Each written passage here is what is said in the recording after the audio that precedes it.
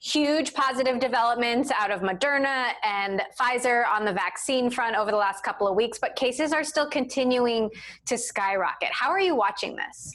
I look at the holiday season. I think that it could really be awful. I think we're going into a bad time where people are going to be indoors. And I think getting some leadership about how we're going to control this would be great. That said, I'm very enthused about the vaccines. Like, I think the vaccine, again, we haven't seen the data, but I think the fact that, the companies are coming out with such strong results is exciting. We've got a new administration coming in. What do you want the Biden administration to do when it comes to the pandemic, science, all of these very important issues that are happening now? I think the main thing is people just seem utterly confused about what's real. And again, for me, like, I look at the mask mandate and, the opportunity for people to make some behavior changes and really control the virus. And I look at countries like New Zealand, where they have been able to have a relatively normal existence because they had such strong measures for a short period of time. And I think that's one thing for people to realize, that if we were really aggressive for a period of time, there's an opportunity to really get it under control. The FDA just gave the green light for the first at-home COVID testing kits developed by Lucira Health. Mm-hmm. There are concerns that this could introduce human error or false results, cases that could go unreported. What's your take? I haven't looked at their data yet as well, but I know the FDA process. So I have some level of confidence knowing that they have gotten an authorization that this is going to be something that people can use at home. So I'm pretty enthused that there is going to be some kind of at-home testing. Right now, for instance, I myself and I have others who are in the household, we all do a weekly testing, but again, it has to go through the mail, but it's a great service. So understanding that there is absolutely going to be some kind of errors, but I think that you're going to enable people to get tested in an easy way. And that's what people need.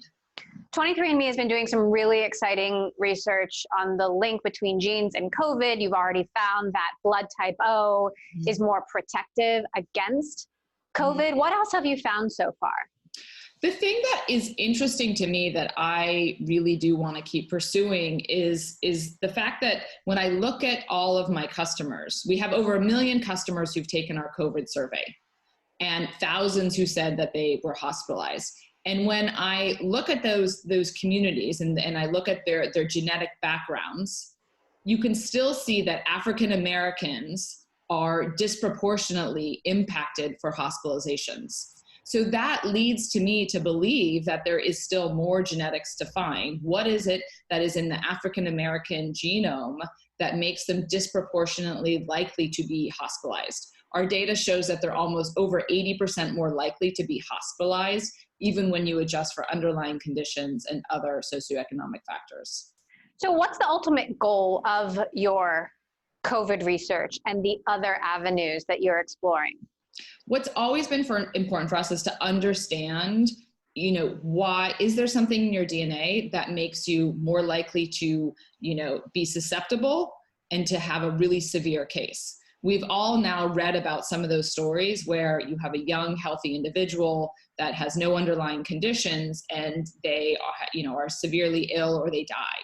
So is there something in their DNA? Because then those people could potentially be even more isolated, or we could potentially hone in on our policies to say these people should actually really be extra protective or have a more aggressive care.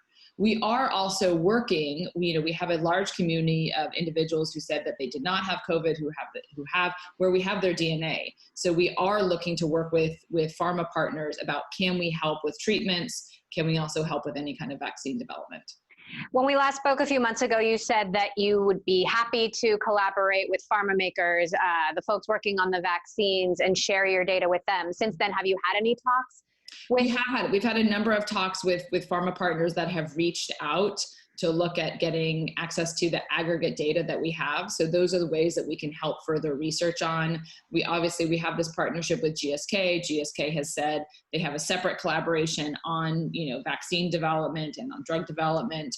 So we work with them on, understanding all of the data that we have. Meantime, you've been working on drug discovery, ramping up your own drug discovery work. I'm curious where those efforts stand. How big is the team? When you might have something out there, and what the targets are looking like? I'm so excited about the drug discovery side because drug discovery is so hard. Things that a lot of your viewers know about. There's a lot of failures in this space, but there's good data that shows that if you start with human genetic information, you have a higher likelihood of success.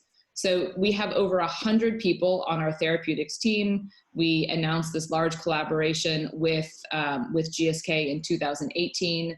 We have, a dozen programs that are in development. We have one that is in the clinic now in phase 1, and it's an immuno-oncology program.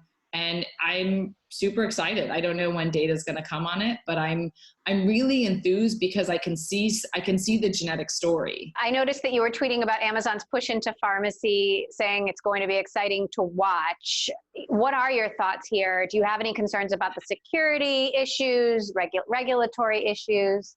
COVID-19 has blown open the doors for digital care. There's such an unbelievable opportunity right now. And I think everyone can relate to the pharmacy experience of not being a great experience. Like you have to, you go to get your toothpaste and then you spend 45 minutes waiting for your prescription. So is there another way? And I think what I'm excited about seeing is how is Amazon potentially going to pioneer a new way? And I think there's absolutely a lot that can happen with how it's delivered, the service, as well as, frankly, with your data. Has anyone ever tried to pull out their medication history from a pharmacy? As we move into winter, I know that you were tweeting about Biden's election win, and of course, Kamala Harris becoming the first woman vice president. Given the social issues that I know you care so much about, how significant is this to you as a woman, as a business leader, as a parent, as a mom? I think the most important thing I've seen that's happened in the last 4 years is how much representation matters. And I think it's the type of thing that people always talked about before, but you actually see in the stories, in the Twitter stories, like the outcry, like it matters to have a woman there.